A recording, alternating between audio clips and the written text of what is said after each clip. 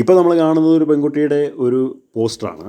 നമ്മൾ പെൺകുട്ടികളെക്കുറിച്ച് പഠിക്കുമ്പോൾ മനസ്സിലാക്കാൻ കഴിയുന്നത് ചെറുപ്പത്തിൽ അവരെല്ലാവരും വളരെ സൗന്ദര്യവതികളായിരിക്കും. കാണാൻ വളരെയധികം ആകർഷകമായിട്ടുള്ള മുഖം, കണ്ണുകൾ, മുടി, ശരീരം ഒക്കെ അവർക്കുണ്ടായിരിക്കും. പക്ഷേ അവർ പ്രായമാകും തോറും അവർ കുടുംബത്തിൽ പ്രവേശിക്കുമ്പോൾ അവരുടെ ഈ സൗന്ദര്യം നഷ്ടപ്പെട്ടു പോകുന്നതായിട്ട് കാണാനായിട്ട് കഴിയും. തടി വരും, മുഖത്തിൻ്റെ ഘടനയ്ക്ക് മാറ്റം വരും.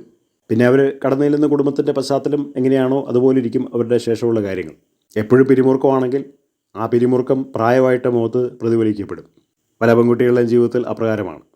പക്ഷേ പെൺകുട്ടികളുടെ സൗന്ദര്യം ഏറ്റവും കൂടുതൽ നിലനിർത്താൻ ഇതെല്ലാം അതിജീവിച്ചുകൊണ്ട് പറ്റുന്ന ഒരു സാഹചര്യം ഉണ്ടെങ്കിൽ അവർ ഭാഗ്യവതികളായിരിക്കും. പക്ഷെ അത് ഇന്ത്യയിൽ വളരെ കുറച്ച് പെണ്ണുങ്ങൾക്കേ അങ്ങനെ സൗഭാഗ്യം കിട്ടാറുള്ളൂ.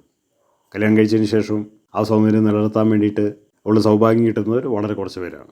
പക്ഷേ ജനറലായിട്ട് നമ്മൾ നോക്കുകയാണെങ്കിൽ എല്ലാ പെണ്ണുങ്ങളുടെയും സൗന്ദര്യം അവർ വിവാഹം കഴിക്കുന്നതിന് മുമ്പുള്ള ആ സമയത്തിനുള്ളിലാണ് ഇരിക്കുന്നത്. അവരെ യഥാർത്ഥമായിട്ടുള്ള സൗന്ദര്യം തുടങ്ങിയ എല്ലാ പ്രത്യേകതകളും വിവാഹം കഴിച്ചതിന് ശേഷം ഒരുപാട് മാറ്റങ്ങൾ വരും. അതുകൊണ്ട് സൗന്ദര്യം എല്ലാവർക്കും നിലനിർത്താൻ ഒരിക്കലും കഴിയില്ല.